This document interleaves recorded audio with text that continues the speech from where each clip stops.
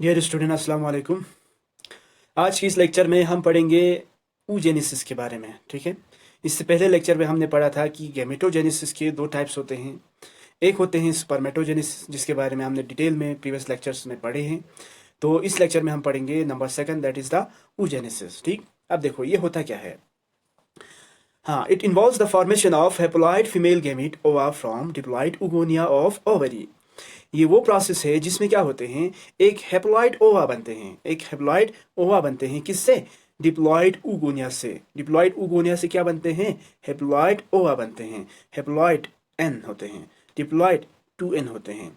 यानी ये वो प्रोसेस है जिसमें oogonia जो 2n है उससे ओवा बनते हैं जो n है, हेप्लॉइड। इस प्रोसेस को हम क्या बोलते हैं? oogenesis बोलते हैं। ठीक, it is formed of 3 faces. इसको बनने के लिए 3 फेसेस से गुजरना पड़ते हैं। एक फेसेस का नाम है मल्टीप्लिकेटिव फेसेस, दूसरा फेसेस है ग्रोथ फेस, थर्ड फेस है मैच्योरेशन फेस, जिसके बारे में हम पढ़ेंगे। ठीक, नंबर 1 देखो, सबसे पहले मल्टीप्लिकेटिव फेस। ये क्या होते हैं? देखो बहुत आसान है। हाँ, इस फेस में आपका जो प्राइमरी जर्म सेल है, जो कहाँ पर प्रेजेंट होते हैं? जर्मिनल इपिथेलियम में। वो उसका माइटोसिस हो जाते हैं। माइटोसिस होकर क्या बनते हैं? oogonia बनते हैं। यानी अगर प्राइमरी जर्म सेल होगा तो उसका माइटोसिस होगा, माइटोसिस होके क्या बनेगा? oogonia बनेगा। ठीक, तो प्राइमरी जर्म सेल्स कहाँ पर होते हैं? देखो, ये ओवरी में होते हैं, जर्मिनल इपिथेलियम में। ठीक, मान लो अगर ये ओवरी है, ये ओवरी है, तो इसके सबसे बाहर वाला मेम्ब्रेन जिसके बारे में हमने पढ़ा था, इसको हम क्या बोलते हैं? Germinal epithelium. जर्मिनल इपिथेलियम में जो सेल होते हैं उन सेल्स को हम बोलते हैं जर्म सेल्स। उन सेल्स को हम क्या बोलते हैं? Germ cell. अब ये जर्म सेल डिवाइड हो जाते हैं और क्या बन जाते हैं? oogonia बनते हैं। जैसे इस पिक्चर में अगर देखेंगे, ये स्मॉलर पोर्शन में है, ये छोटे छोटे सेल लाइक स्ट्रक्चर है, इनको हम क्या बोलेंगे? oogonia बोलेंगे। ठीक है, यहां तक समझ आया? हाँ देखो, जर्मिनल इपिथेलियम से माइटोसिस होकर क्या बना है? oogonia बना है। उस प्रोसेस को हम क्या बोलेंगे? Multiplicative phases. चलो ठीक है, एक बार oogonia बना। अब यहां पर देखेंगे तो बहुत सारी oogonia बना है। जब एक से ज्यादा oogonia होगा, एक से ज्यादा होगा, तो उसको हम क्या बोलते हैं? प्लूरल को हम oogonia। इस अगर एक ही होगा तो उसको हम बोलेंगे ओगोनियम। ठीक है, नंबर सेकंड, ग्रोथ फेस। देखो इसमें क्या होगा, ये लॉन्ग ड्यूरेशन में होते हैं, यानी इसको होने के लिए बहुत टाइम लगते हैं। तो इसमें क्या होते हैं, एक oogonia, यानी अभी जो oogonia बना था उसमें से, बहुत सारों में से अगर एक को ले लेंगे तो oogonia, एक oogonia ट्रांसफॉर्म हो जाते हैं, वो चेंज हो जाते हैं किसमें? प्राइमरी oocytes में, या प्राइमरी oocytes में चेंज होगा। ठीक, कैसे होगा? देखो, मान लो अगर ये oogonia है, ठीक, oogonia है, तो ये ट्रांसफॉर्म होगा किसमें? प्राइमरी फॉलिकल्स में। ठीक, तो कैसे? ईमान, ये अगर प्राइमरी उस साइड से, तो इसके बाहर से बहुत सारे सेल, बाकी जो फॉलिकल सेल है, वो इस तरह से एक मेम्ब्रेन बनाते हैं। बाहर से क्या बनाते हैं? एक मेम्ब्रेन बनाते हैं। जब इस तरह से फॉलिकुलर इपिथेलियम का oogonia के बाहर से, इसके बाहर से अगर एक इपिथेलियम बनते हैं, तो उस स्टेज को हम क्या बोलते हैं? उस स्टेज को हम बोलते हैं प्राइमरी फॉलिकल बोलते हैं। प्राइमरी फॉलिकल बोलते हैं। इस प्राइमरी फॉलिकल में अगर हम देखेंगे तो ये सेंटर वाला, ये है क्या? प्राइमरी oocytes, यानी सेल है, यानी oocytes है, सेल है। इसके बाहर वाला जो मेम्ब्रेन है, इस मेम्ब्रेन को हम क्या बोलेंगे? Follicular epithelium. फॉलिक्यूलर इपिथेलियम है। ठीक, ये खुद कहाँ से बना था? oogonia से, यानी एक इस तरह से oogonia था, उससे क्या बना? उससे बना आपका प्राइमरी फॉलिकल्स। उससे क्या बना? आपका प्राइमरी फॉलिकल्स। ठीक है, अब देखो ये प्राइमरी फॉलिकल्स क्या होते हैं? इस प्राइमरी फॉलिकल्स के बाहर से, इस प्राइमरी फॉलिकल्स के मेम्ब्रेन के बाहर से और एक मेम्ब्रेन इस तरह से चढ़ जाते हैं। ठीक है, अब इस मेम्ब्रेन को हम फॉलिक्यूलर इपिथेलियम भी बोल सकते हैं, या इस मेम्ब्रेन को हम दूसरा नाम ग्रेन्युलोसा सेल भी बोलेंगे। इस मेम्ब्रेन को हम क्या बोलेंगे? Granulosa cell. ठीक, तो ये दूसरा मेम्ब्रेन चढ़ा फिर से। तो अगर प्राइमरी फॉलिकल्स पे अगर फर्दर और मेम्ब्रेन चढ़ जाते हैं तो उसको हम क्या बोलते हैं? सेकेंडरी फॉलिकल्स बोलते हैं। उसको हम क्या बोलते हैं? Secondary follicles. ठीक है, इसको याद रखना, शाबाश। ठीक है, तो अगर पिक्चर में हम देखेंगे तो क्या है, मसलन ये oogonia है, तो इससे क्या बना? प्राइमरी फॉलिकल्स बना। प्राइमरी फॉलिकल्स से क्या बना? आपका सेकेंडरी फॉलिकल्स बना। ठीक, सेकेंडरी फॉलिकल्स बना। सेकेंडरी फॉलिकल्स में क्या था? अगर सेकेंडरी फॉलिकल्स देखेंगे तो सेकेंड, मान लो ये सेल है प्राइमरी oocyte, इसके बाहर से फॉलिक्यूलर इपिथेलियम, इसके बाहर से और एक ग्रेन्युलोसा सेल चढ़ा था, जिसकी वजह से ये कहां पर आया? ये आया था आपके सेकेंडरी फॉलिकल स्टेजेस पर। अब क्या होते हैं, यही सेकेंडरी फॉलिकल्स बाद में एक एंट्रम डेवलप करते हैं। जैसे ही एंट्रम डेवलप करेगा तो सेकेंडरी फॉलिकल्स चेंज हो जाएगा किसमें, ग्रेफिन फॉलिकल्स में, जिसके बारे में हमने फीमेल रिप्रोडक्टिव ऑर्गन में पढ़ा था। सेकेंडरी फॉलिकल्स किस में चेंज हो जाएगा, सेकेंडरी फॉलिकल चेंज हो जाएगा ग्रेफिन फॉलिकल्स में। अब ये ग्रेफिन फॉलिकल किस तरह से होते हैं, देखो ग्रेफिन फॉलिकल्स में अगर देखेंगे ये होते हैं आपका प्राइमरी फॉलिकल, इसके बाहर से मेम्ब्रेन चढ़ जाते हैं, ठीक है, फिर इसके बाहर से और मेम्ब्रेन चढ़ जाते हैं, फिर उसके बाद यहाँ पर आपका जार्म हिल सेल होते हैं, फिर इस तरह से बाहर से external theca internal theca, theca external theca internal होते हैं। और ये वाला स्पेस होते हैं, इसके सेंटर में जो स्पेस होते हैं उस स्पेस को हम क्या बोलते हैं, ये वाला इस स्पेस को, ठीक है, इस यहाँ पर फ्लूइडी पोर्शन होते हैं, इस स्पेस को हम बोलते हैं एंट्रम, इसको हम क्या बोलते हैं, एंट्रम बोलते हैं, ठीक है।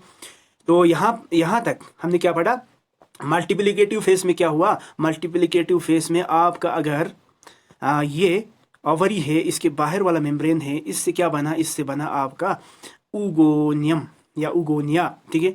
अब यही उगोनिया क्या बन जाते हैं, इसका मेम्ब्रेन चढ़ जाते हैं तो ये बन जाते हैं प्राइमरी फॉलिकल। प्राइमरी फॉलिकल के ऊपर और एक मेम्ब्रेन अगर चढ़ जाते हैं तो ये बन जाते हैं आपका सेकेंडरी फॉलिकल, ठीक है। सेकेंडरी फॉलिकल, प्राइमरी फॉलिकल से क्या बन जाते हैं, सेकेंडरी फॉलिकल बन जाते हैं, ठीक।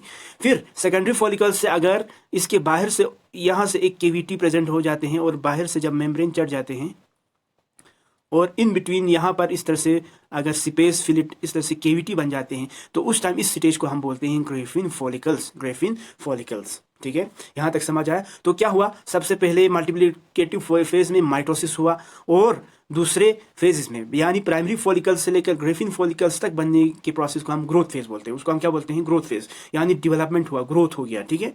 ओके, आगे बढ़ते हैं, शाबाश। नंबर थर्ड देखो, मैचुरेशन फेज। यहां तक क्या बना था, ग्रेफिन फॉलिकल्स। ग्रेफिन फॉलिकल्स के सबसे इंटरनल साइड में क्या था, प्राइमरी फॉलिकल, जो पूरी तरह से बन चुका था, ठीक है, यानी सबसे सेंटर वाला ये वाला सेल, ठीक है, जिसके बाहर से बहुत सारे मेम्ब्रेन है। अब क्या होते हैं, ये प्राइमरी फॉलिकल्स जो है इसका मियोसिस हो जाते हैं, इसका क्या हो जाते हैं, मियोसिस हो जाते हैं। सबसे पहले मियोसिस फर्स्ट होगा जिसमें एक छोटा सा सेल बन जाते हैं और एक बड़ा सा सेल बन जाते हैं। और ये मियोसिस फर्स्ट जो है वो अनइक्वल, दो तरह के अनइक्वल हैप्लॉइड सेल बनाते हैं, दो तरह के अनइक्वल हैप्लॉइड सेल बनाते हैं, हैप्लॉइड सेल बनाते हैं। मसलन हैप्लॉइड सेल मींस अगर नंबर ऑफ क्रोमोसोम्स यहाँ 46 होगा तो 23 यहाँ पर आते हैं और 23 यहाँ पर जाएगा। तो क्या हो गया, एक फुली फॉर्मेड प्राइमरी फॉलिकल से मियोसिस होने की वजह से दो तरह का सेल बना, एक छोटा सेल बना, एक बड़ा सा सेल बना, और दोनों क्या था, हैप्लॉइड सेल था। जो छोटा वाला सेल है इसको हम बोलते हैं पोलर बॉडी, इसको हम क्या बोलते हैं, पोलर बॉडी, पोलर बॉडी बोलते हैं, पोलर बॉडी बोलते हैं, ठीक, जैसे यहाँ पर है, ठीक।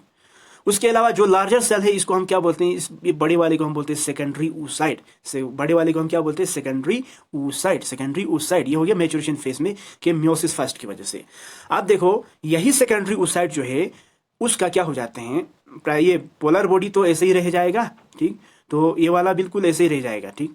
हाँ, अब इसका क्या होगा, सेकेंडरी oocyte का, इस वाले का, इसका फर्दर डिवाइड हो जाते हैं और एक पोलर बॉडी बन जाते हैं, एक छोटा सा, और इसका डिवीजन होकर दूसरा एक लार्जर फिर से और लार्जर बन जाते हैं, जितना उससे भी बड़ा बन जाते हैं, और इस लार्जर पोर्शन को हम बोलते हैं ootids।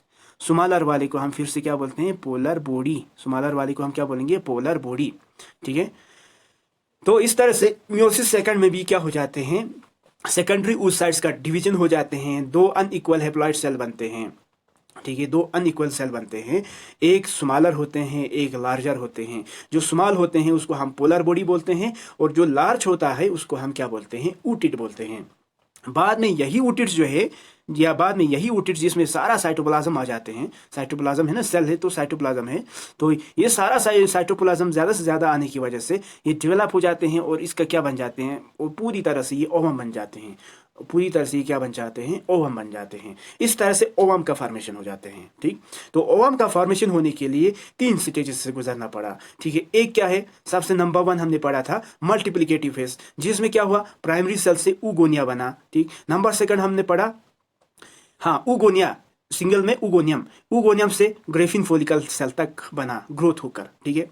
उसके बाद नंबर थर्ड में हमने क्या देखा, थर्ड में हमने ये देखा कि ये जो प्राइमरी फॉलिकल जो ग्रेफिन फॉलिकल्स में बन इसके अंदर बन चुका है, उसका म्योसिस फर्स्ट हो जाते हैं, म्योसिस सेकंड हो जाते हैं, और ये बनते हैं ओवम। ये क्या बनते हैं, ओवम, ओवम बनते हैं। और जितने भी पोलर बॉडीज बने होते हैं वो सारा बाद में जब ओवम पूरी तरह से बन जाते हैं तो वो पूरा डिजनरेट हो जाते हैं, यानी ख़त्म हो जाते हैं। तो ओवरऑल अगर हम देखेंगे तो एक उगोनिया से क्या बनते हैं, एक ओवम बनते हैं। सिंगल उगोनियम से क्या बनते हैं, एक ओवम बनते हैं। तो सुपरमेटोजेनेसिस में और इसमें थोड़ा फर्क ये है, सुपरमेटोजेनेसिस में सुपरमेटोगोनियम 1 से 4 सुपरमेटेट्स बना था, 4 सिपॉन सेल बना था। लेकिन ऊजेनेसिस में क्या हुआ, एक ही उगोनियम से आपको एक ही ओवम बना है। ये थोड़ा डिफरेंस है, ठीक। आगे हाँ, इसको देखो, इस चार्ट को साथ साथ में। ये क्या है, मान लो अगर ये पहला वाला सेल यानी उगोनिया है, तो इसका अगर क्रोमोसोम नंबर देखेंगे तो ये 46 है, यानी डिप्लॉइड है।